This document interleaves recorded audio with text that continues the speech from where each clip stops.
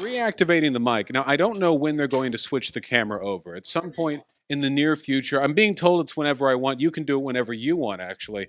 Uh, so, I've been rambling for a while off in the adjacent room, but here I am back in the seat. And the reason I'm back in the seat is because I've been given the delightful opportunity to interview some canvassers. Now, this is important to me because, as I've told many times on stream, I myself am not entirely confident in my canvassing skills, so I have much to learn in this field.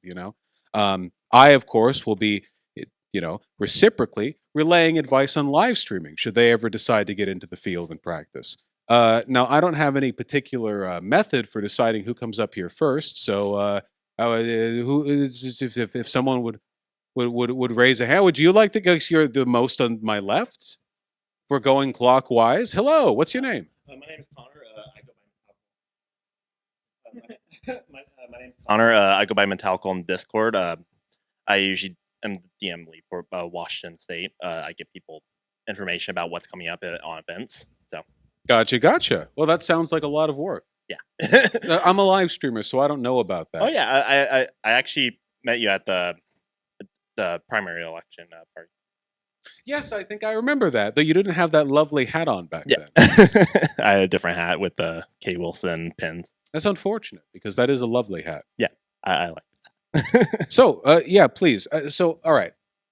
We're pitching this to a broad audience of people who are perhaps, we'll say, canvassing curious, Anyone who's already canvassed, they know the deal, but how's your experience been? It's been very lovely so far. I believe I've canvassed about 10 times, mostly in Capitol Hill and Lake City areas. I've only met like 2 kind of put offish people so far in terms of because I usually walk around by myself and just like talk people with the lit. It was with the democracy vouchers and all that, brought that up. It was the first put offish person was just only 3 people, all wearing like a golfer's cap and carrying flowers, the whole family. And yeah, it was very strange. But everyone else at like Lake City was very kind. If you go to canvas at the same area, you start seeing people that you recognize, and you just get it's kind of builds community in that way. It's really fun. All right. Yeah, no, that's the main message I hear from people. I ask, how's the canvassing? People like the community. Yeah. People are very alienated now, Yeah. And I think, especially because if you got into politics at any prior point in the history of democracy in this country, 1990s or earlier, getting into politics means, it means what, right? You're going out there, you're pamphleteering, you're going door to door, maybe you're phone banking if phones have been invented. But primarily what you're doing is you're doing something social. There wasn't a way to spectate on politics like there is today, where you consume a bunch of the content and you're following every move, but you're not involved. I think that before it used to be, if you wanted to follow the moves happening at your local mayor's office, you kind of had to be in there a little bit, or at least you're getting what you get from the press, and that's it. And I think that what we have now, in a way, it's more open and available informationally, but in another way, it discourages people from doing stuff that would make them feel better about their involvement. Yeah.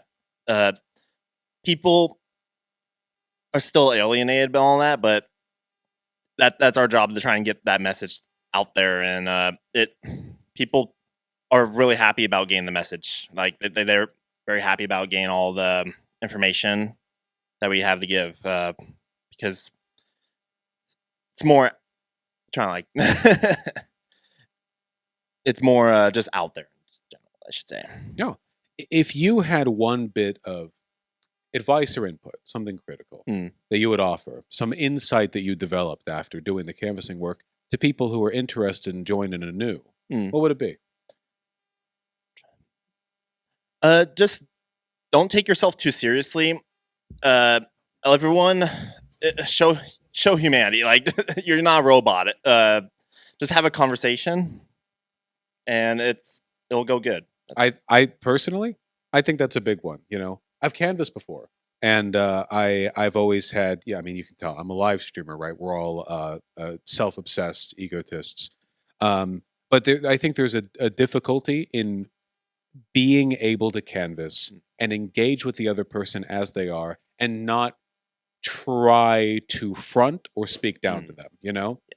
Not like in a superiority way, but in like, I am here with a purpose. I'm going to deliver that purpose. Because if you get too in your head about that, it can be kind of tough to communicate. You can be confident, but at the same time, just don't speak down to the people. Just have a conversation. Like, confidence is big, but that doesn't mean you're a robot or anything like that. Like, it's fine if you like stutter or anything like that. It's fine if you just make a mistake and you're talking. Everyone does that. Like, I've been doing that this whole time. I'm enjoying this. You know. It's I've heard nothing but positive stories about people with regards to their enjoyment. You know, I think that not it's not because when you say it's about reconnecting, you know, I think sometimes people think it's like, oh, okay, it's so it's therapeutic or whatever. Well, it's also just fun. You know, it's just enjoyable. I'd probably say, like, if I had to rate like this experience, this is my first time actually getting into politics and canvassing. I joined PV literally like during Deja Fox, and I was like, and I heard Kate Wilson was happening. I got into it, and it's been probably like one of the greatest times of my life. I can't really compare this to anything else. It's been really fun out here, just getting to talk to people. It gets me outside the house. It feels less alienating because I live in like a forest, so like I don't get to talk with people like this. It's really fun. Genuinely, I'm really delighted to hear that. The powers that be have informed me I've got to interview 5 people. So here, thank you. Oh. No, who would like to? Do we want to do clockwise? Yeah, come on up. Clockwise is a wonderful. Counterclockwise, I don't trust. How you doing, Vosh? Howdy. My name's Jefferson. Hey, Jefferson. Hey, I've canvassed for Katie a couple times now. I've done it a few times before, not for her. Yeah, I mean, it's wonderful to get out there. If you want a cure for cynicism, for the alienation of politics, especially online, canvassing is the way to do it. I've never phone banked, but being in person, talking to people in your neighborhood or other people's neighborhoods, it's really wonderful. You get to see places you don't normally see, whether you're driving through a place, you're walking, you're knocking on doors, and you feel like you're a part of the movement, which kind of heals yourself personally, as well as if there's anything that comes out of it, which we praying that Katie wins, and I believe she will. Can I share a tangentially related news story? Of course. Sorry, not news story, personal story. Say news story so often I got it mixed up in my head. I was driving recently through the Cascades, and I happened upon a small town called Concrete. Sure, a lot of people driving up through the Cascades have been through there. There's only so many roads that cut through the mountains, you know. I on a whim, I took a turn into the historic town district, which was really nice. Murals painted on the side of brick buildings, ice cream store with the booziest pecan ice cream I've ever had in my life. I mean, like, actually, you get the throat burn with one little spoof. It was crazy. It was actually crazy. It said not for adults in the thing. I thought they were playing. You couldn't sell that to children. And anyway, it was real nice. And what I was thinking walking around here is there will never be a news article on this that I will read, you know? If there's a murder that happens in this town, maybe. Aside from that, no. It's a lovely place. Presumably the people were nice. The few that I did meet were nice. There are so many little nooks and crannies that you don't get to appreciate if you don't go out there and put in the effort. Now, that's Concrete, Washington. It's nowhere near where I live, but just passing through it, I got a feeling that I'd missed a little bit, you know? The feeling of undiscovered country, of there being a magic around the corner. And I think that's a feeling of connectedness. There are places where people get that a lot. Like New York City, famously, is a place where people have that, like, around every corner, there's something new, you know, there's something exciting waiting for you. I think that canvassing is a wonderful way of re-exploring that sensation, that part of yourself, of starting to feel that way about the world again, you know? Yeah, I mean, you visit places for sights and such, but when you're canvassing, you're seeing, the back alleys, the soul of a city, and you see things that you normally wouldn't.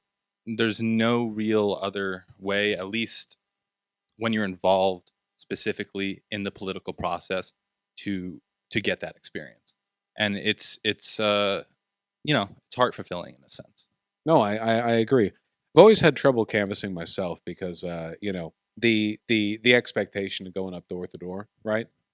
I did it for a while long before I streamed. Back when I was in LA, and LA is a much harder pitch to canvas in than Seattle. I gotta say, folks here, I think on average are a bit nicer, a little bit, just a little, yeah. But I did still, even then, like even though I had a hard time with it, um, man, I really enjoyed that feeling of having a reason to be on the street that I was on. Beyond just you're walking from A to B or driving from A to B. There's a reason you're here. You can appreciate the house and the conversation you have. And I feel like, and I've known enough people to do canvassing, so I can say this, with some confidence. I feel like you do that for any length of time, you're bound to make new friends, and you're bound to feel a little bit better about the process. No, definitely. I mean, whether you make friends through canvassing or you're going around a neighborhood that's your own, and you just meet someone who you may have had a single conversation or two conversations before, and now they know that you are putting effort into your community. Yeah, it's a way to get out there, and it's probably the most fulfilling political thing that I've done personally. You'd recommend it highly to any curious folks? Yes, I would. Very much so. Well, I appreciate that. Thank you. And I appreciate you taking the time to speak with me. Of course. Since we're doing clockwise, could I have you up here? Yep. I just kicked the dang hat off. It's just a little here. It's just a little bit too small for my head, you see? Hey, I'm Alec. I joined up with Progressive Victory earlier in the year, thanks to your efforts. I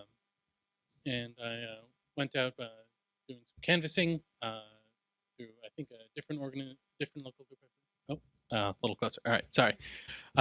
Went out, did some canvassing through a different local group that I joined, who also supports Katie Wilson. It's called Tech for Housing because I moved here a few years ago as a tech worker, so I wanted to make the city a nicer place to be in for everyone and also myself. So, yeah, my experience with canvassing was a lot of walking in a different part of the neighborhood. I think it was in Capitol Hill or something that I've never really seen before, and I got to meet a few new people in the way. It was so sorry, I'm getting the story out of order. No. Hit it with me to me with any order. All right. Have you seen Memento? The movie Memento? No, I haven't. I'm just saying you can hit it in any order, and if you do it good, people remember. Okay. Right. So yeah. So met Katie Wilson. She was speaking to a few different local groups up in this house somewhere. I'd have to look up exactly where it was. But afterwards, someone was just going around saying, "Hey, any canvassers there? Anyone willing to canvass?" And I'm like, well, I didn't have anything I was doing that afternoon, so I thought hey, I'll go for it. So I ended up taking the light rail and all the way to what I think is Capitol Hill, but and then met up with a few people, and we went off in groups of two, or the more experienced canvassers went off on their own because they've done it probably a few dozen times at least. So and then I walked around with someone else, and we just knocked on various doors, just saying, "Hey, we're here to encourage you to vote Katie Wilson." This was a couple months ago, so we had a longer detail on why Bruce Harrell wasn't the best candidate. And we just we did that for a couple hours, and then we called it for then, and I headed back home. So it was a spontaneous thing, but I had a lot of fun with it, and I'd certainly encourage other people to do it. It's not the kind of thing a lot of people would consider doing spontaneously. May I ask what motivated you? Mostly to just get more involved in local politics. I had been trying to get involved somewhat through sites like The Urbanist, where they said, "Hey, here's some meetings that you can go to." One of them was a Seattle Pedestrian Advisory Board, where they'd host a 2-hour meeting every month, and I sat in on those a few times.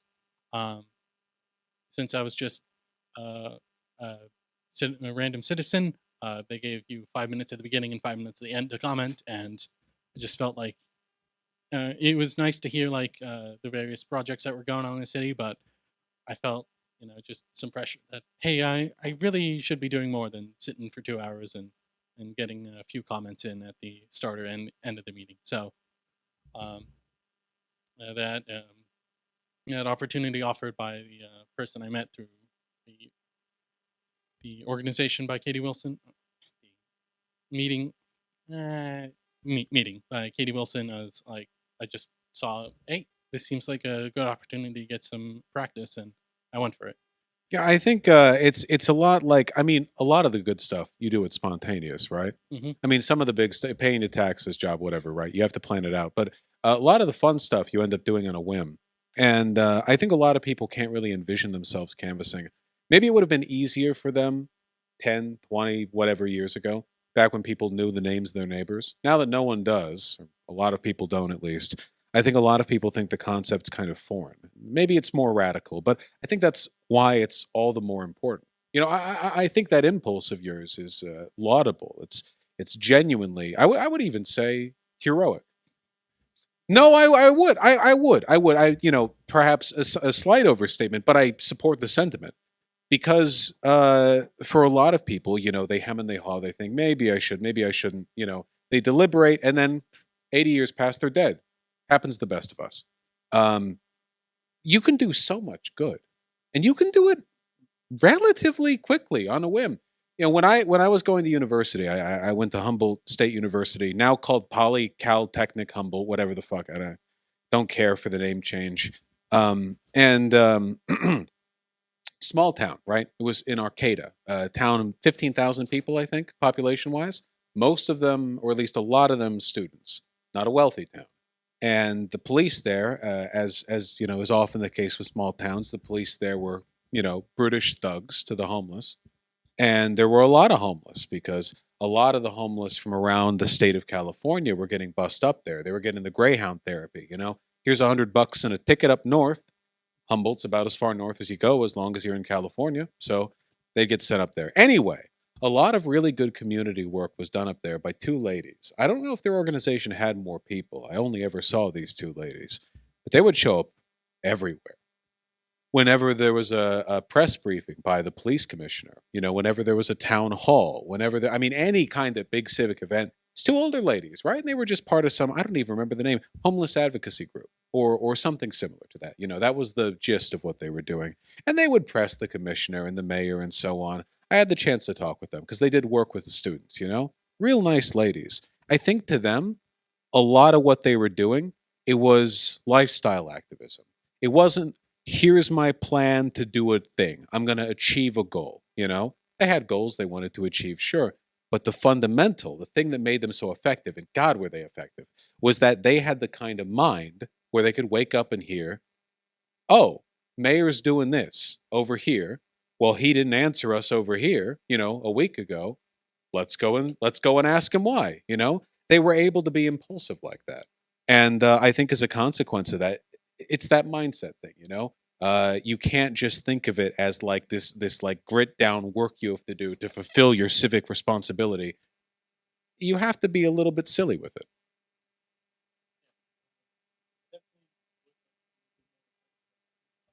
Oftentimes, like city council meetings, 10 a.m. I work from 9 to 5. Oh, whoop, sorry. All right. So, yeah. So, I would like to be more spontaneous, but you know, I have work from 9 to 5. So, city council meetings are at 10. Best I could do is just hop on the Zoom call and hopefully I can make some comments.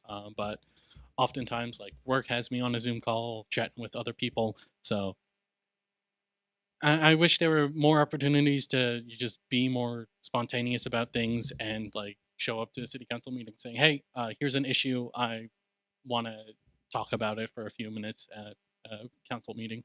You've already done a hell of a lot more than most folks, I think. But yeah, no, God willing, it gets easier. It's so difficult, I think, to do activism these days. That's why everyone came out for BLM, right? Mhm. Everyone was out in the street. You know, you were a loser if you didn't. So, I mean, all you had to do was open up your front door and you were 2 minutes away from march. If it's easy to participate, people participate. It's not always just a matter of willingness, you know? I bet you most progressive causes could get like a plurality turnout, you know, from most good cities at least. if it was just easy for people to get involved.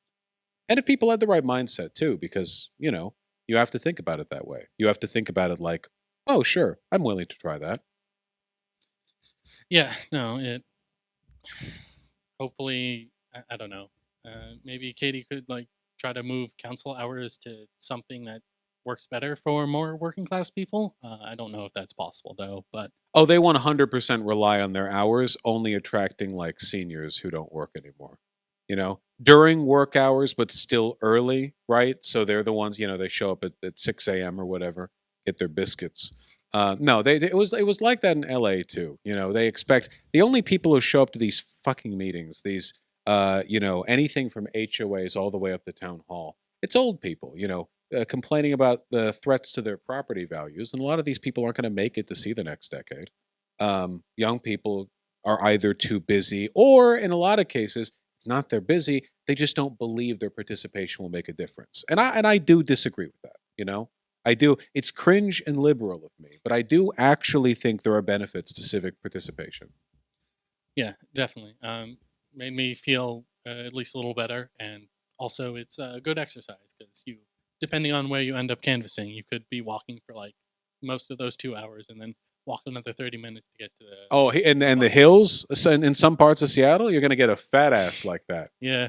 Thank you for your service. Thank you very much. Please. Howdy. Hello. I'm Gwen. Gwen? I have not. I was like in PV at the beginning, and I did some like bone baking for Raphael Warnock. But then I have no idea how you use Discord. I'm like a boomer, so I kind of fell off of involvement with PV until the Katie Wilson election, because it's local for me. I live in Seattle, so it's really easy to get involved, and it's helpful to have local progressive candidates that you can actually go campaign for. Because you just go on our website, volunteer, and go outside and talk to people. And it's been a big part of my personal growth push to meet new people and talk to strangers in public. And I feel like canvassing is like a really good social excuse to talk to strangers, where I feel like in the modern day with the alienation, it is difficult to feel like you have a good reason. Oh, it's agonizing. Yeah. I don't know if I may. I don't know if you've ever had this thought. You ever had the thought, especially because you, as me, live in Seattle. We do have access to a lot of social opportunities. You ever thought one of these days I'm going to get someone to airdrop me over into Cap Hill at 3 p.m. and I'm just going to walk around and make friends at bars until 11 p.m. I'm not even going to bring my phone. I'm just going to talk to people and sort of temper myself in the fires of social interaction. You know what I mean, right? I do. Yeah. I mean, it's been a practice that I've been engaging in. Just it's walking in good. a bar It's good. solo, and just you're allowed to sit down to people and say hello. It's a safe and legal thrill. Yeah, the state can't take that from you yet. Yeah, and my experience with the Katie Wilson campaign has been great.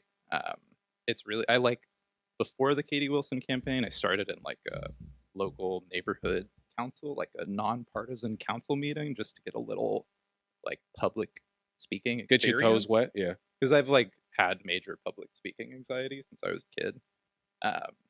But it was a great opportunity to get involved in something slightly less political. And like you said, there are a lot of old people at the kind of local council meetings, but they have a weird amount of power.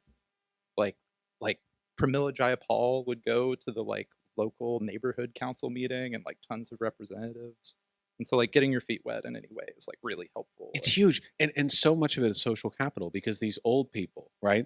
They have nothing better to do. They're miserable. Their grandchildren won't call them. So if anything on their neighborhood goes wrong, pothole doesn't get fixed, or some upzoning thing nearby, an apartment building goes up, they're flooding town hall with calls and letters, and their disproportionate influence. It's not even money. But I think in a way there's some hope to this, because it's not money, right? It's so easy and so cynical to say, well, it's because the boomers have all the wealth. And yeah, but that's not what's motivating this. They're just the ones who bother to complain. A lot of young people, U District, Cap Hill, whatever, something bad happens. The city, it doesn't work out, bad housing, zoning decision or whatever. They just grumble about it. They talk about it online, but to them, the idea of contacting town hall, like, what is that? What is it? Was some like a Karen thing, you know? Yeah. What is that going to do? They don't believe in it, so it doesn't work for them. Sure. Yeah, and the idea that like Don't politics believe is all controlled by money is like partially true, but also a lot of political representatives are, social creatures, and they do, if your face is in front of them, they do listen to you, even if you don't represent political capital. This is about canvassing. Well, no, this is really important because canvassing, we saw it with Mamdani, right? Hopefully, God willing, we see it. Katie Wilson too. She's certainly not the one with the most money, hedged on her in this race. I think that there is a degree of uninformed, self infantilizing cynicism from the left sometimes about the role of money in politics. Obviously, money is hugely influential in politics, but it's just not, because I hear it a lot from people who say, well, the Trump administration, why have they done this unpopular thing? Well, because the public opinion doesn't matter anymore. Public opinion always matters. It doesn't matter. You could be in North Korea, you could be in Turkmenistan, you could be in Russia. Everyone, every dictator, every democratic leader, everyone who wants to stay in power invests in public relations. There's no getting around it, at least not yet. I don't know what kind of AI shithole future we're all headed towards, but right now, you can't get around it. So anyway, I think sometimes the cynicism, people employ it as an excuse to not get involved. Well, what does it matter? We don't have the money. Yeah, okay, sure. But good things can happen if you try. And you have to try. And canvassing is trying. It's true. I'd like to speak a little more to my specific canvassing Please. experience. It's a lot easier than you'd expect it to be. Because especially with the last minute canvasses, you're not really, you're going to try to convince anyone you can, but 9 times out of 10, what you're doing is saying, do you have a plan to vote? And a lot of people, especially with progressive candidates, they are interested in the candidate, but they may not have a specific plan to vote, and they just forget. They're they're like me. They're lazy. They have the ballot. It's sitting on the counter, and they just stare at it every day. Twins. Yeah. You leave it on the counter for 3 months. Every day you're like, Yeah. And then November 5th comes and you're like, well, yeah, thank God. I don't have to worry about it anymore. And so a lot of what you're doing is just going to them and reminding them to vote. And that makes a huge difference. And you can they were saying, you can flub lines, you can do a bad job, you can be goofy, and it makes it more fun for you. And also, what's it matter? You're not gonna convince them to not vote because you flubbed the line or that would be crazy. Yeah, if a person had a plan to vote for Katie Wilson and then they just were like, oh, if I guess it doesn't matter even. Yeah. So I mean, people are very rarely argumentative. Yeah. No, I mean, I haven't had any arguments, and the one brief interchange was someone on the intercom through their Zoom Ring doorbell saying I voted for Bruce Harrell, and just nothing. Well, that's a picture perfect Bruce Harrell vote right there, isn't it? Talking to someone through the ring. Yeah. The worst thing you get is disinterest, by and large. Not to say some people have had more negative experiences, but they're few and far between. You get a lot of people who are really excited to see you and are thankful that you're out there, and you're people in real life. If you tell them you canvass for a progressive candidate, they'll go, "Oh my God, thank you! That's so cool." And then they'll be like, I was not going to vote because I was going to forget, but because of you, I would feel bad if I didn't vote. Yeah. Yeah. No, I do think people, it's one of the important things you getting out there personally, right? Everyone's so adversarial online. For the most part, in person, people are pretty okay. For the most part, even if you disagree, everyone's just trying to get by. Not much vice signaling in person. It's almost all online, The social contract still exists. Yeah, yes, in person. Online, it's fucking absolutely gone. It's completely gone. But yes, in person for the most part, Really like your jeans, by the way. Thank you. Thank you. How are you not sweating? I'm on fire. Well, you're wearing a sweater. I mean, this is just and I love your boots too. You still have the tongue guard on. Thank you. I got them for $15 at a vintage resale store. In Really? Spokane. Wait, what's the company? They're Justin boots. They're not super high end. No, okay. Well, I like the tongue guard. A lot of people take those off, or they don't. It looks good. Thank you. I really appreciate you coming up here. Yeah. Here. Take care. Take care. Now, yeah. Yes, I was pitched a 5th person, but there were 4 initially up here. Hello, phone banker. That's your name? My name is Natalie. Nice to meet you, Natalie. Nice to meet you too. So I just graduated high school this past June, and I am an aspiring activist. So I actually found Progressive Victory through your channel because I was, you were kind of the only way I really wanted to like consume a lot of the news because it was also negative, so it was nice to, like, kinda get somebody who, like, threw humor into it, and it was just I don't know, it was like a buffer, and is really nice, but it's also really nice to, as somebody so young to, be able to, start, like, gaining more complex opinions, and so I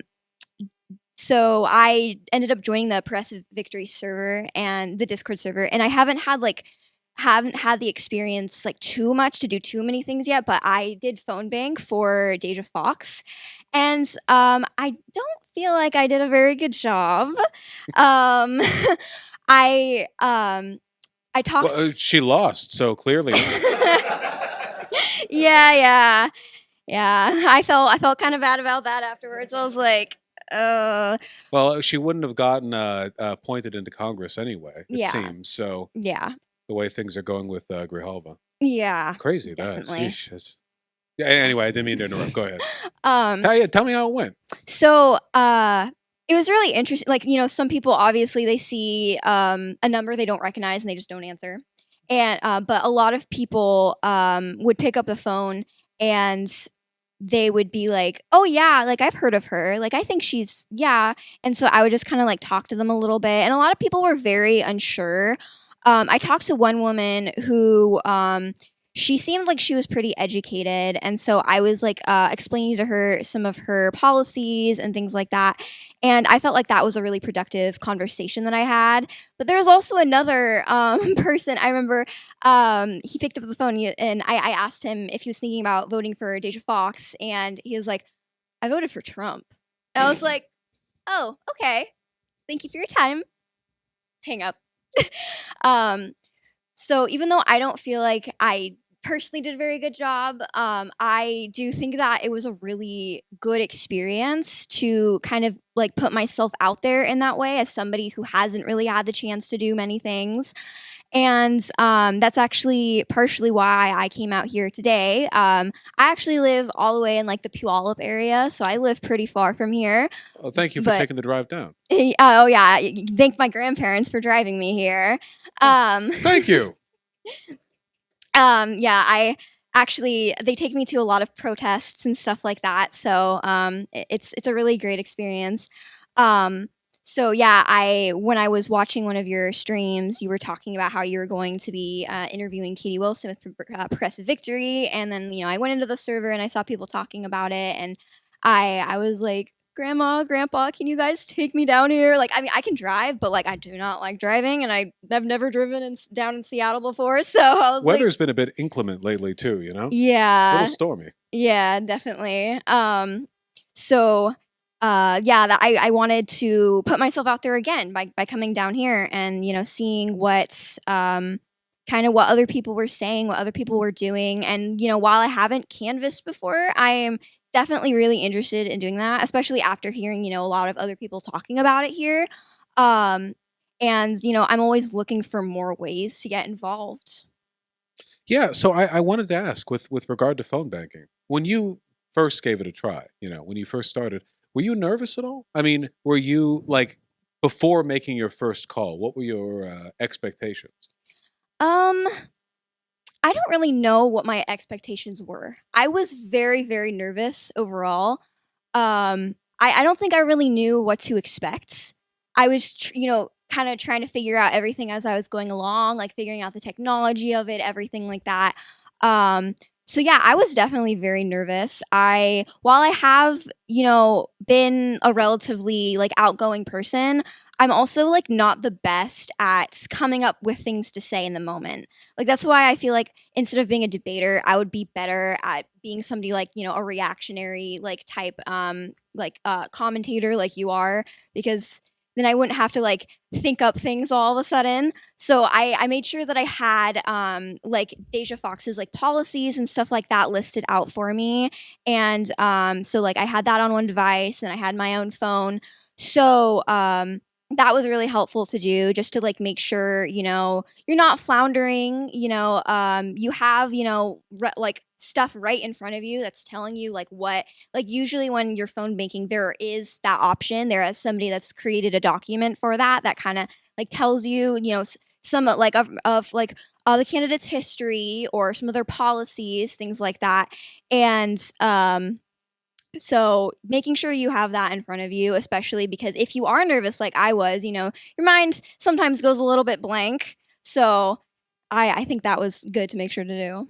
One thing I've also noticed, I think this is the case with phone banking. It was certainly the case with me when I did do debates, more often at least, was that when people have a position, they're rarely convinced off of that position because you have responded to specific critiques or disagreements they have. It's usually they have an underlying feeling, some like either like an emotional bias or a concern of fear, usually, I think, with politics, that motivates them. And even if you address their surface complaints, there's still that like underlying cause, you know? Which makes it really difficult to debate with people. Often, in my humble opinion, a waste of time. You know, a lot of these people have no idea what they're even getting at. But when it comes to phone banking, you know, like was said previously, a lot of it's just reminding people to go out there and vote.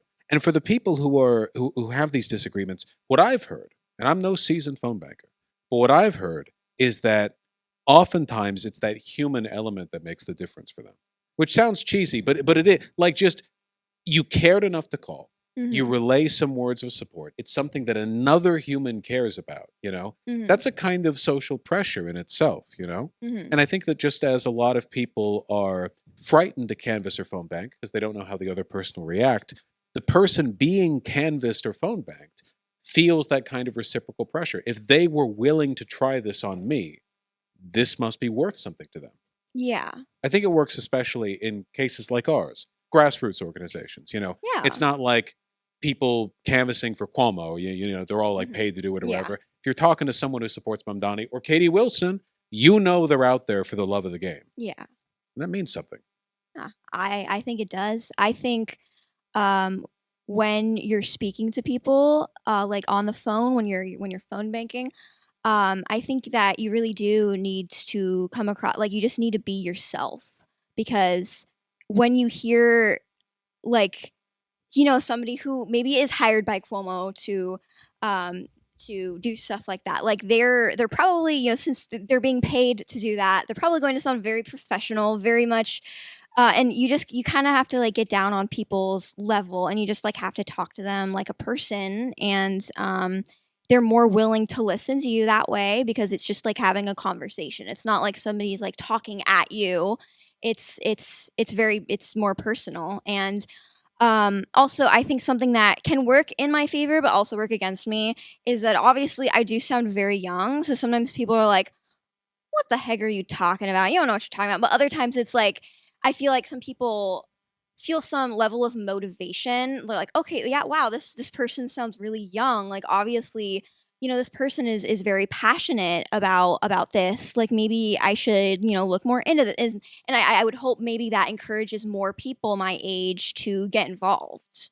Yeah, 100%. And I think this is also fighting for what we all believe in, which is to an extent the deprofessionalization of politics. The idea that everyone, either who runs or supports those who run, has to be some kind of campaign lobbyist, a lawyer, you know, has to be some stuck-up businessman. It's antithetical to, I don't know, democracy in general. It makes it difficult to, like, politics should be personal, you know? Yeah. Politics should be knowing the name of your neighbor and having conversations with them about, oh, maybe you disagree on this or that. You know, you try to reconcile it with them.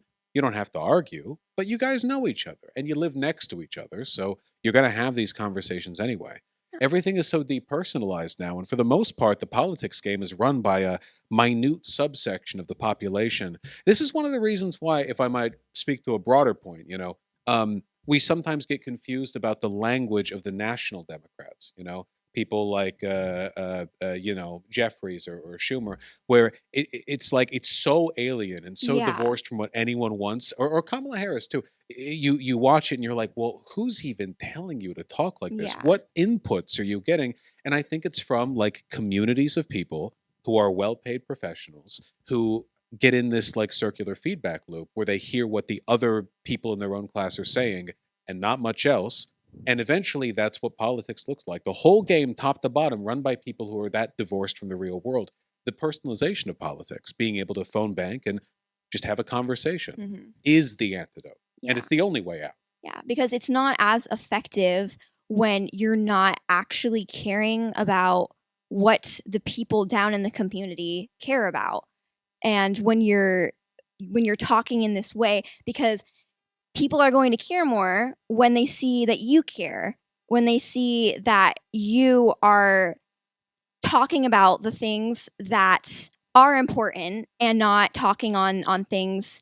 Because like I would see a lot, also like especially with Kamala Harris, that she would talk about things that weren't really like going to sell her to like the other side. Like she kind of would be like too neutral, but in a way that it just wasn't grabbing anybody. And so yeah, I think it's really important to actually personally like reach out to communities. And it's something they can never replicate. Yeah. I think that part of the success of the MAGA movement has been in part their deep professionalization. All of the like weirdo corpo lobbyist neocons have given way to freaks, unhinged freaks, but unhinged freaks with a very personal appeal, Mhm. the way they talk, the way they phrase their Exactly. their appeal. Yeah, it's very much meant to cut through like the language of Washington and get right at people. Yeah, it's like, some people are like interested in Trump because he talks dumb. Like the way, and I obviously you shouldn't talk the way like that's only going to apply to those specific group of people.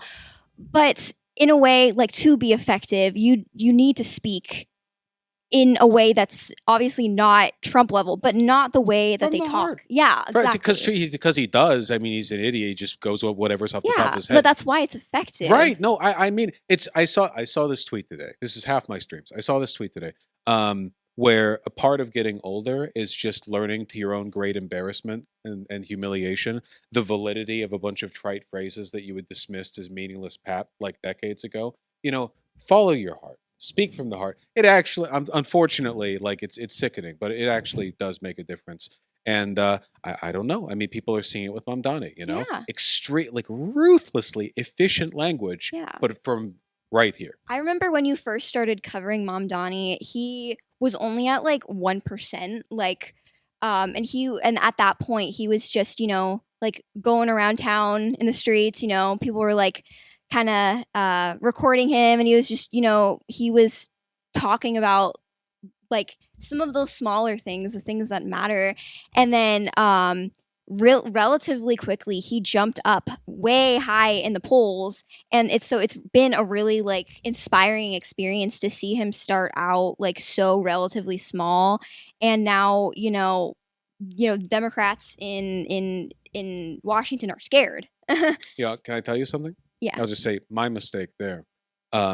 If I had really been on my game, if I had been better, I would have been talking about Mamdani when he was at 0%. I think that's my fault, right? Yeah. Because that's when it matters most to catch wind of these people. I think that was my fault because I've also been a little bit kind of bought in on the not bought in, I guess, but susceptible to the cynicism. Yeah. And it's easy to do that. Yeah. But we're all trying. Yeah. And I just hope that I'm able to find more opportunities to put myself out there and to really engage, because I really want to make a difference in the world, and I feel like this is Progressive Victory is a really good place to start. They're good people. Yeah. Thank you so much for coming down here. Nice to meet you. Nice to meet you too. And thank you both very much for driving it.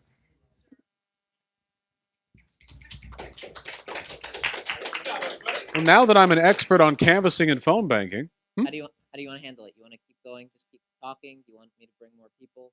I do have a dinner appointment relatively soon, actually. Hold on just a moment. I can't disappoint my beautiful oh. Well, I have a few minutes more, I say. Please, yeah. You're also sitting up in the front row. Otherwise, I wouldn't have spoken to everyone in the front row. Hey, Get out there. have a wonderful time. Seriously, thank Yeah. you for taking the time to speak with me. Yeah. Oh, I actually need to deliver the lists because Artie left. Here, you can just steal my phone and I have the list here. I can just talk. I'll just unlock talk. it. Yeah. Hi. Give me one sec. That's true. Howdy. Right. It won't just be me talking. It'll in fact be me also. Howdy. Hello, nice to meet you. Nice to meet you. Love your Long- jacket. Thank you. Long-time viewer, first-time interviewee. Oh, Yeah, better take it seriously. I'm trying my best. It's been a bit of a couple days. I really appreciate the work you all put into Yeah, putting this together. I think it went pretty well too. I think it went great. We were thrilled to see the absolute turnout. Yeah, can I say, and this might come across a little live streamery of me to say. Oh no. You talk to a big audience and it's an abstraction. It's a number on a screen. It still feels odd sometimes to see a physical turnout. You know? Well, and the difference as well, right? Because you know in a broad sense, well, a lot of people are listening. They care. You know, people are interested, and so Mhm. on. It means a lot more for people to get involved canvassing and phone banking. I'd Not like to think say so. Yeah. a person ain't a real fan of mine unless they do that, but you're definitely more a fan of mine I mean, like, if you try. I like to think that the Vosh audience is very good at like responding to an actual problem. Like in general, it seems like our community is very mobilized in part because of the energy that you kind of supply them, and it's genuinely wonderful to see that all happen kind of in different places here and there. People will pop in and be like, I have this idea, or I have this thing I could do, or they pop in and do some other stuff. It's genuinely really cool. No, I want people to pitch in with that attitude as Mhm. well, you know. Because I'm just a YouTuber, right? The desire to improve your community should persist Yes. in absentia. You know, Mhm. I shouldn't have to be a part of that. Or I should rephrase. I'm delighted to have the opportunity to be a motivator for that. Mhm. But, you know, I'm 31. I'm unk, you know. I'm gone soon. I'm going to turn to dust. Just ancient dino bones. The oil runs through your veins already. There are a lot of young people who watch, and I know that they're going to get involved, and maybe 20 years from now they're going to still be involved, and potentially they're going to be involved at levels of local or state government, and they're going to be fighting to, you know, and I'm not going to be following all of this, of course. I'm very lucky that in this case I'm in a city that has a good candidate, and I'm very, very happy to support her. And things worked out well in that respect. Certainly with, you know, getting to speak with her. Yeah. But I would hope that what I'm advocating for in the broadest sense is not ends based, but means based. Getting involved locally should just be a thing that you do because it's good for you and because it's good for everyone. Yeah. I was very there's like a couple things here that I find interesting. The first is that like I've been a viewer of yours for a while, and when PV first was being spun up, I was very invested. I'm like, the opportunity to have influence in my community and in the country at large. And fighting political apathy is genuinely like a great thing to do. But as I mentioned in my question earlier, I live in eastern Nebraska, where there is no desire for any change. I mean, there is some, right? There's some here and there, but just the level of mobilization, the level of civic engagement is kind of through the floor in the cities, because everybody knows that if you go out to vote, you vote, and then the rural people in the county surrounding you are all just going to make your vote not matter. It's a bit of a difficult thing to fight. I'm glad that like more and more people are. There is more civic engagement, but it's not everywhere. It's rough. I've never been to America's heartland, so I haven't seen it myself. It's very flat, and there's a lot of corn and soybeans. I don't think I'd care much for the flatness. I like mountains a lot. I also like mountains. I've lived all over the United States, and I crave the white peaks of the the tops of the hills. Oh, Rainier is beautiful, isn't it? Did you see it coming in? Yes, I did. On the plane ride over, it was I looked out the window and I saw some of the mountains and I'm like, oh my god, my home. No, I see it. The Rainier and the Cascades broadly, and the Olympic Mountains, Olympia, absolutely stunning. Which is all tangential to the point that I was making, I suppose. Having not been to the Heartland, I've been in plenty of. I've driven up and down the West Coast, and there are plenty of places there that have a similar energy. Certainly, East Washington and Idaho are lacking in what I'd call, I guess, altruistic civic engagement. Yeah. yeah. Well, to speak lightly of it. Yeah. And oh no, please. Well, I will say that like, it's as has been said a handful of times, like the people in like the Heartland, right? Like the kind of conservatives that we all think of when we think of like the rural farmer. They kind of do. They definitely do exist, but it's weird. They vote against their own interests constantly and are like right now in a bit of a state of like disheartenment. Specifically, like my the maternal side of my family is entirely like farmers, and they're out in that area. What a fun time to be a Nebraskan farmer. Oh yes, it is bad. Not in soybeans, I hope. Well, the soybeans are the #1 agricultural export of Nebraska, so everybody's doing great right now, and are very happy that Argentina is receiving, what was it, 20 billion? 40 billion. My bad. It's not fantastic. I don't like them. There's Argentina. Argentina, I'm ambivalent. Okay. I didn't know if you were declaring war. No, I wanted to clarify. I want to declare that everybody in eastern Nebraska should vote and do their best to get people mobilized. It is a shame that it had to take that one specific wedge issue. It's yeah. Because I think because a lot of these communities are they're blighted, really, and I don't just mean that with regard to the character of the inhabitants or the conservatism or whatever. Like the infrastructure's gone. Right? No, there's not even like a template to build off of. No. For in all practical purposes, it's actually worse than newly discovered land because newly discovered land can be zoned and developed freely, whereas this has old leases and deeds that you would have to dig through to have even a chance at fixing anything. Yeah. My farmer grandparents, they actually, after like 30 years, finally actually got the deed to the land that they built their house on. Like they got the physical deed. They didn't have it for a long time, which is bizarre. It's very, very strange because there's just like old ancient bureaucracy that no one kept up, because why would anyone keep it up? Because no one cares. No one cares. No outcomes here. Yeah. And a lot of I don't even think these people have like a vision of what better life would look like. That's exactly true. It's like the same as is, but like a little more money coming in. Yeah, a little bit more money coming in. But at least for people in the more urban areas like I live in, the dream is to leave. We don't want to be there by and large because there's just this impending feeling of hopelessness and doom. And I like to think that Progressive Victory, having influence in campaigns across the country and helping to get a cool mayor elected, I think that could help theoretically boost that kind of engagement elsewhere. No, I 100% agree. I think that it sounds a little bit defeatist, I think that there are some parts of America that are well and truly boned. And that's it's a consequence of a whole variety of factors. But you take a look at Seattle, and Seattle's got its problems. But there are solutions that could be applied here. But in a lot of places in America, there is neither the political wherewithal nor the money, not even the ambition, fraction of it, not even close to what would be needed.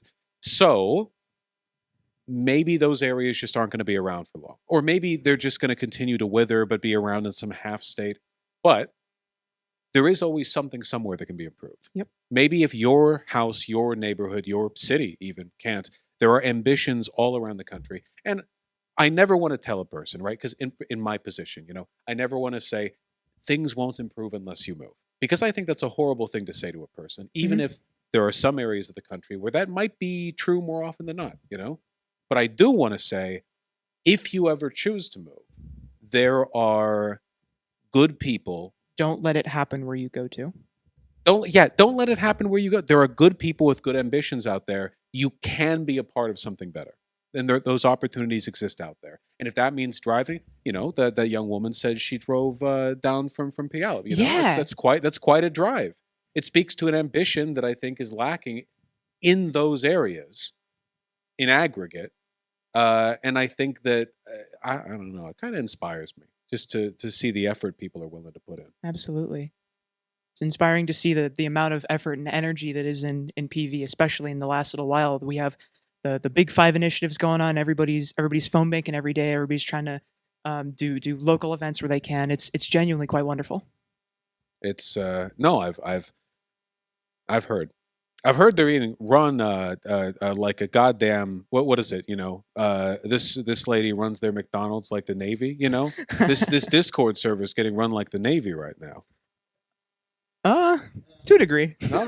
Okay, they could be harder on it. Okay, all right. PV should crack the whip harder. PV should crack the whip harder, but in an attempt to do that, like the dues paying membership program has been a godsend, because one of the problems that we have is that it's not a problem necessarily, but we're an all volunteer org. No one's getting paid. Right. Our dues paying membership is currently enough to like keep all of our systems active, keep all of our everything going, and having more people be members and maybe increasing your membership level if possible, that genuinely will give us the amount of resources to reach and like centralize more resources and just get people where they need to go faster. It's much more sustainable than doing donation drives. Mhm. Membership is the way that these organizations have always been run anyway. From the IWW to the DSA, it takes money to keep these things afloat. And God, PV runs so lean too. We do. I'm not privy. Yeah, they're all grown, and I'm not. Privy Everybody to in the audience just went like, yeah. Yeah, a lot of people, because I get emails that should be sent to you, because I talk about PV often enough. People sometimes make the mistake of assuming that I have any decision making. BGL at progress.win. Stop bothering Vosh. Yeah, bother me, Jenny at progress.win. Yeah, they say, well, here's a candidate you could look at. I'm like, well, you've got to talk to PV. I don't know anything about the internals of PV. I only hear testimony. People who work there, people who, and overwhelmingly, it's really good. I'm really happy to have the opportunity to direct people over there. Really happy to be doing the work, and thank you again for putting Progressive Victory like so high on some of your priority lists at the very least. It's been wonderful having to see all the people who kind of get some of the in jokes and kind of know some of the ancient lore, as it are. Yeah, I would hope, of course, that when and that's always been my worry, right? Like the more I direct people over, I would never ever want people to think that PV was like a part of like me or my brand or my content or anything. In large part because, and this is an important part of like PV as a concept, right? I'm a fucking live streamer, right? I'm not responsible. I don't respond to emails on time, not in the same day, week, or sometimes even month. I have no organizational skills. I'm very, very limited in what I can do well. And I try, and you know what? I think I'm optimizing pretty well within that field, which is what you should do, right? If you're a fish that's good at swimming upriver, right? That's the shit you should be doing to lay eggs. When it comes to PV, though, the work that it takes to manage these canvassing and phone banking, beyond me. And I don't envy it, any of the organizational work. Though I know there are people who are better, accustomed. They're better, better built. They're built different, right? As some folks in the room built different, and they can handle it better. So basically, if you got any questions, you got to direct it to the PV people, folks. I have no idea what's going on. I don't even know what I'm doing in my own life. I don't plan any of my streams or schedule anything. I don't have a schedule. I don't schedule the segments. I just wake up and I think, how bad of a mood am I in today? And will I let that affect the streams? I think about whether I'm going to wear the green shorts or the camo green shorts. These are like the limits of what I am capable of. Mm. Yeah.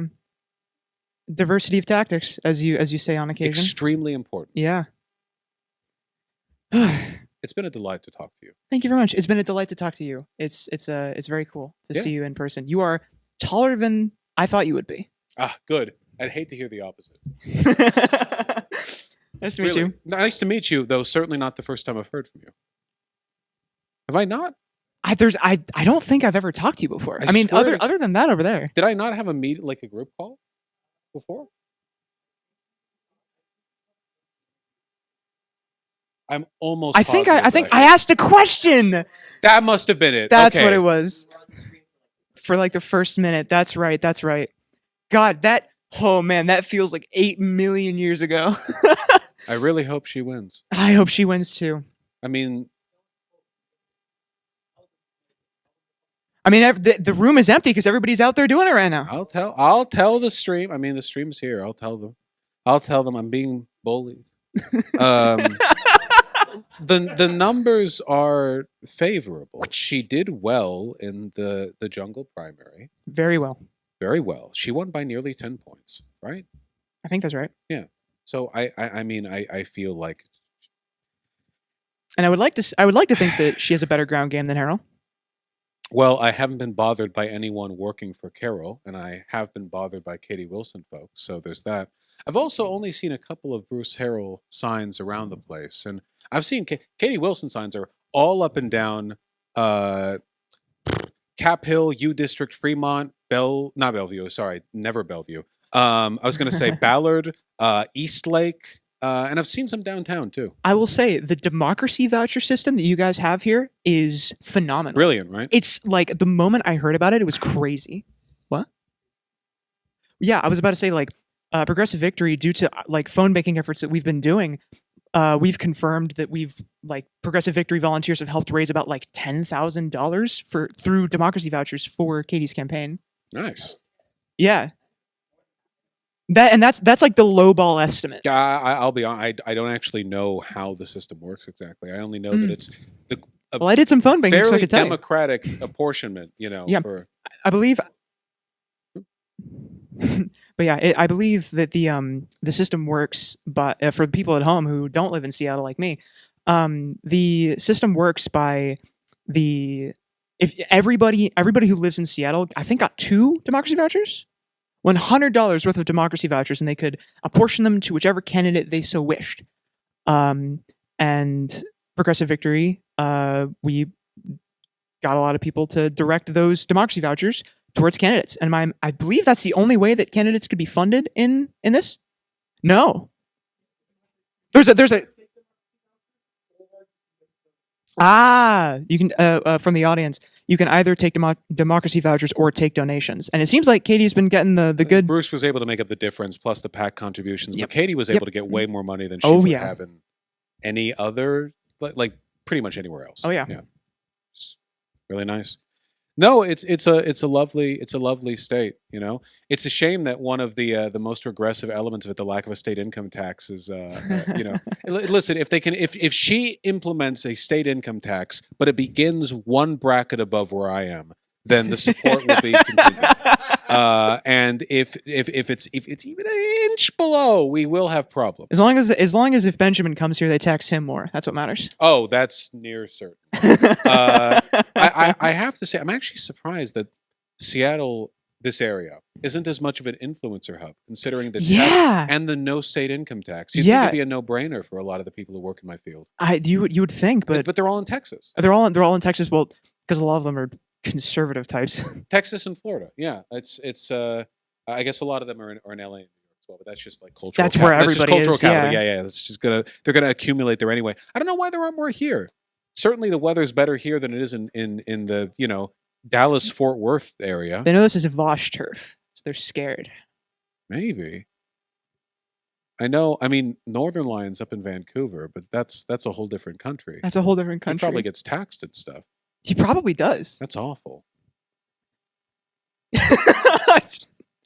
I'm just a humble engineer, sir. I get taxed the normal amount. Well, what? Humble's is okay. Better than me. Yeah, Nebraska. You're getting roasted by the audience. I get roasted by Benjamin constantly. It's kind of our deal. Well, considering the amount of work you guys put out, I think we deserve a little bit of it. You get the cutaway. Yeah. All right. Well, thank you one more time. One more time. Yeah. We made it happen. We did. That was a solid, I'm a Midwesterner. I give the Midwestern goodbye. It didn't even feel like a trail off, though. That was like a solid. You know what I mean? And we're about to do it again. Oh shit.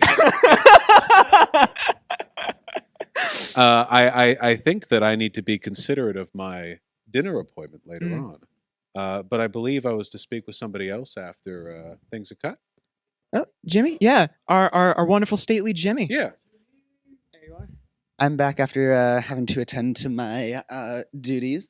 Howdy. But hello, good to be up here. Happy to have you here. Yeah. Well, how's it going? That's going pretty well. I don't normally do in-person events. Yeah. This one's gone quite well. I'd say by the standard of the most rowdy one I ever did was this libertarian conference back in Nashville in 2021, which and funny side tangent, I didn't know anything about clothing back then, but I bought some cheap, suit supply. No, not even Men's Warehouse suit. There are pictures. It doesn't fit good, whatever. But I didn't have any dress shoes, right? Mm. So I Googled dress shoe store, and this is me just into streaming. I'm flush with cash. Brick and mortar, downtown Seattle, right? Alden shoes. What do they got there, right? All their shoes, $500, $600, $700, whatever. I'm wearing a $90 suit and $600 shoes that don't fit me because I'm an idiot. Up to Nashville. Where I go over there largely to be approached by lovely fans of myself and the streamer known as Destiny, and also to be heckled by libertarians. It was a great time. Fun. But I think this has gone better. Yeah. Altogether. By some miracle. I think I've put like 40 hours into PV this week to Really? Okay. make this Well, happen. make as a sure you're college student, drinking but- water and eating food. Oh That's- yeah. Well, not during this event, but usually I'm pretty good about doing it. But yeah, it has been pretty crazy putting all this together. There's been a lot of up and downs. The We Are So Back, It's So Over cycle is truly endless. Well, can I challenge you on this? Sure. Okay, because I talked before about activism as a lifestyle, right? If Katie Wilson loses, Mhm. will you regret the work you've put in? I've put in no. I'm really happy to hear that. Yeah. I've put in as best I can. I've my volunteers at PV, of course you helping us, like it's put so much work. Oh, to be clear, I don't mean to say, Oh, will yeah, you yes. regret not having worked more? Gotcha. What I mean is like, Okay. will you think, oh well, it wasn't worth it to have put the effort in at all because she ended up losing, Right. Well, definitely not for this because it's so close. So like if we don't try, then what are we even doing? But even for like some other races where it's like pretty obvious beforehand that we aren't going to win, it's still usually worth putting in the effort because it builds up the support for progressives in the next one. It builds up our infrastructure and our ability to do things. And it gets volunteers active and knowing what they're doing. So even if you don't win, it's still good to organize. And yeah. It's the big mistake. It's the big mistake a lot of people, I think the Democrats do this in red and purple states where they're like, well, the odds are 40-60 on this one, so we're not going to kick any money, and that's how you lose ground over the long term. You have to be there all the time, fighting every fight. And I think, and people do really downplay the cumulative benefits, of being an activist known in a community, of developing those personal skills of every person whose mind might be changed, even if that didn't overturn this election, it could make a difference in the next one. I think people really understate it, Yeah. Oftentimes these big seismic shifts, like this is an example I like to use. These big shifts that we see in public opinion are not born of some like one and done massive campaign to change everyone's mind. As a matter of fact, it almost never works that way. Take gay marriage, for example. Even today, support for gay marriage is overwhelmingly popular. It's a divided issue even among the Republicans, even though it's remained, at least in terms of their state policy charters, something they've opposed for a while. But that wasn't because of some big campaign, one big push or whatever. That was just, it was so aggressively normalized for such a length of time by so many people that eventually you just wake up and everyone's saying it. Yeah. You never had your mind changed. The pot around you has already gotten warm, my friend. Yeah. And even on the flip side where we win, then a lot of times energy just dies down and no one does anything because we're done. We won. What do we do now? But like I asked Katie earlier, how can we continue to support and carry this energy to like help you keep winning in the future, or be successful in delivering your priorities? And a big part of PV is one, organizing, but also just providing a community for people to like stick around in and have a good time. And when we do a big push, they'll still be active, they'll still be around. And even in the off season, then there'll still be people active and willing to go and do things when they are needed to be done. It's kind of like diet and exercise, you know? Like if you go on some harebrained hell diet or whatever, and you lose some weight in some length of time, but you can't sustain it. Eventually, you're going to gain the weight back. Versus, am I going to continue eating a brick of fudge every day? Like, can I in some way reduce that and make it a lifestyle change? And maybe you can. I couldn't, but it's the only stuff that matters is the stuff you can stick to. You know, even Katie Wilson. You get what, 4, maybe 8 years in the long run. In 1,000 years, we'll all be dead, right? What matters in the long run isn't just Katie Wilson's victory. It's about establishing a culture in Seattle such that the next time there won't even be a Bruce Harrell on the ballot. You know, Katie Wilson, a Katie Wilson, if not the Katie Wilson. Their victory will be basically a foregone conclusion. The question is, are they going to get replaced by an even more Katie Wilson? You know, a Katier Wilson, one might say. I don't know. And these changes are possible. We've seen them play out in the long run. Sometimes it's just hard to appreciate it because our lives are only so long. But we don't have candidates running on segregation or slavery anymore. There are changes that happen. It's just now they feel like, they feel like lost cause issues, basically. Like, of course, no one's talking about that. Well, 70 years ago, they were, there is a worth in trying. Yeah, there is.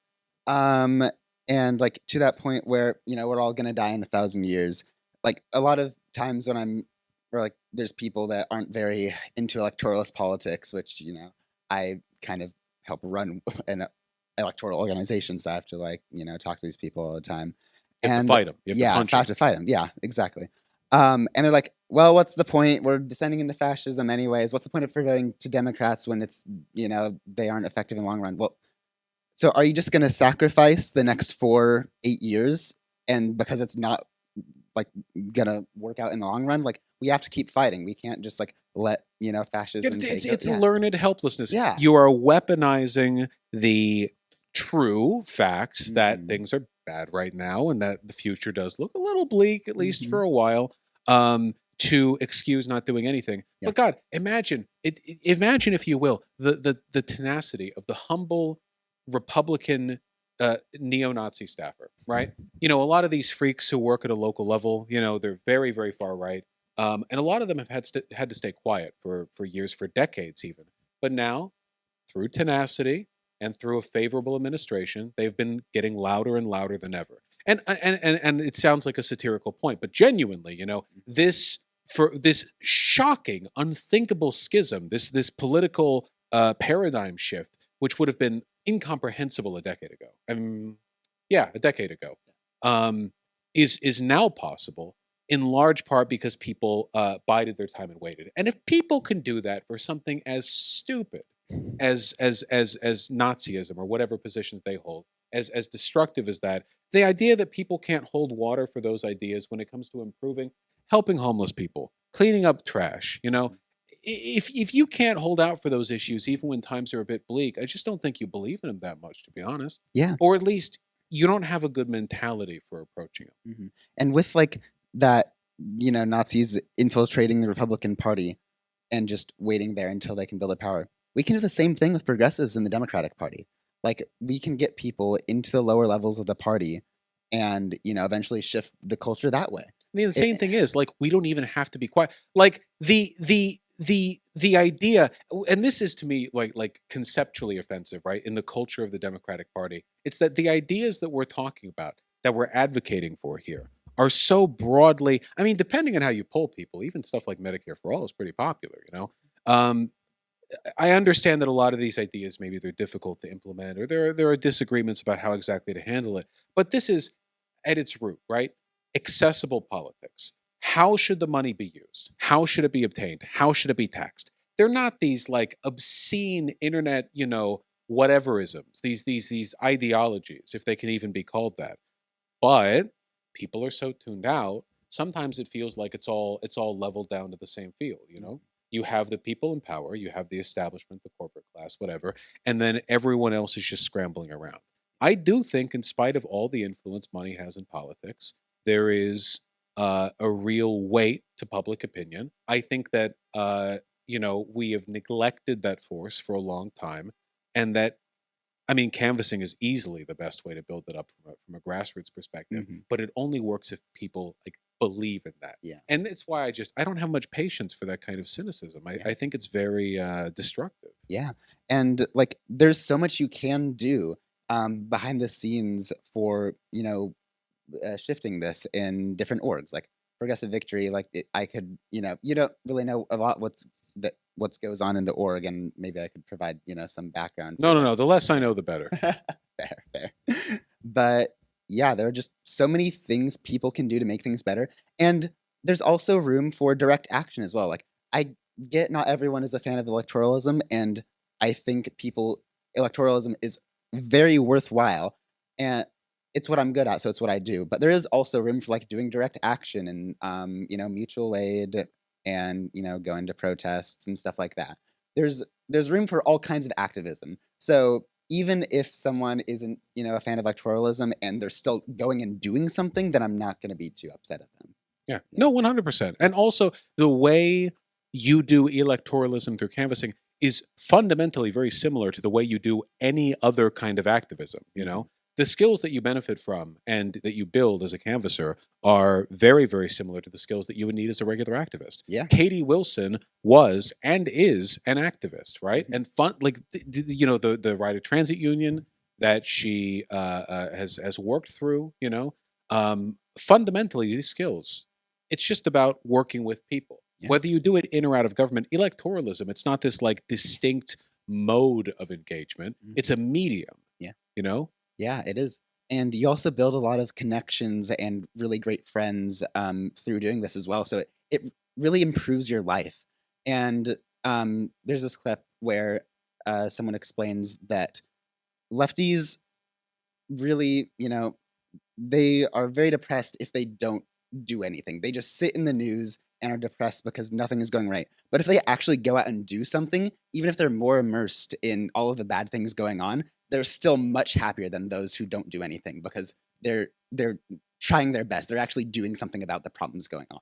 So getting active is, one of the best things you can do for your mental health and your life. Yeah. If you go out there and clean up trash around a busy overpass, no matter how much trash you had to clean up, you will probably feel better at the end of the day than you would have had you just thought about it while driving by. Yeah, absolutely. I appreciate you taking the time to speak. Yeah, thanks for speaking. Have a good one. Yeah. All right, folks. Well, I think I've talked about damn near every human alive at this point. May I close it off? All right. Well, I have to go and take my stream key back from these PV folks before they use it to do whatever with my channel. So, love you all very much. Thank you for taking the time. And I'd like to say one more time that if you're interested in signing up with PV or just supporting them in what they do, that membership card is awfully pretty. Like I said, a great bang for your buck. Plastic, what can you do with that? Well, you can toss it at me. Yeah. You can open up a door. Like if you forget your keys, I've got two. I hope that you two can separate these. I've got a red one. We've got more. There's many of them in this room, I assume. I forgot mine, and mine's red. I should be clear. Yes, I don't know whose is whose. Yeah, here, everyone. There you go. I believe. Yeah, there you go. Really though, I do mean it. It's not just like a little gimmick. PV runs awfully lean. They're not taking any fancy trips to Tijuana off of this money. Not yet. If Katie Wilson gets elected, who knows? So help if you can. To everyone who's watched, thank you. And I hope you have a wonderful day. They're probably going to cut the feed now. See you on stream.